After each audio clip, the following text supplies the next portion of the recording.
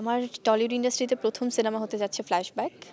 এই সিনেমাটিতে আমি যে চরিত্রে নিজেকে চরিত্রায়ন করেছি সেটা খুব শীঘ্রই দর্শকরা দেখতে পাবে। আমি যতটুকু শুনেছি যে তাদের খুব রিসেন্টলি আসলে মুক্তি দেবার প্ল্যানিং, হয়তো বা কয়েক মাসের মধ্যেই তারা সেটা প্ল্যান করছে। আর ওখান থেকেও অনেক ভালোবাসা পেয়েছি কলকাতা দর্শকদের কাছ থেকে। যখন শুটিং করছিলাম সেখানে যারা আশেপাশে আমাদেরকে সাপোর্ট দিয়েছে, বা যে টিম আমাদের কলকাতার ছিল তারা ভীষণ সাপোর্টিভ ছিল। যারা জার্নালিস্টরা ছিলেন, প্রচণ্ড কৃতজ্ঞতা প্রকাশ করছি আমি তাদের কাছে।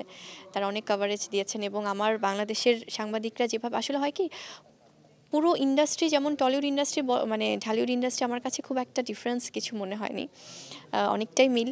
সো সেক্ষেত্রে আমি চাইবো যে আমার টলিউড ইন্ডাস্ট্রির সেই প্রথম ফ্ল্যাশব্যাক সিনেমাটা যেন দর্শকদের কাছে আমি খুব তাড়াতাড়ি পৌঁছে দিতে পারি।